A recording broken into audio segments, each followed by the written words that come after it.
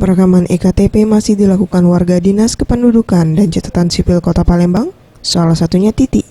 Ia memilih merekam EKTP melebihi batas waktu yang ditentukan oleh pemerintah karena jumlah perekaman EKTP sudah tidak terlalu banyak lagi. Ya lumayan baik lah, jadi masyarakat juga bisa terbantu. Cuman kalau lagi datang proses sulitnya ya sulit. Ada misalnya NIK-nya tidak terdaftar, datanya hilang. Nah itu yang bikin jadi warga harus bolak-balik lagi ke Capil. Masih adanya warga yang merekam EKTP di Dinas Kependudukan dan Catatan Sipil Kota Palembang usai batas waktu.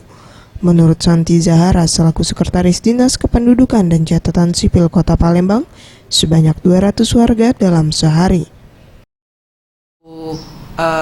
Ada perekaman itu massal, itu kita bisa menerima laporan berkisar antara 800 sampai 1.500 per hari. Ini sekarang sudah menurun sekitar per hari sampai 100 sampai 200 yang melapor. Jumlah penduduk yang melakukan perekaman sekitar 98%. Dari jumlah penduduk Kota Palembang 11.111.176 jiwa.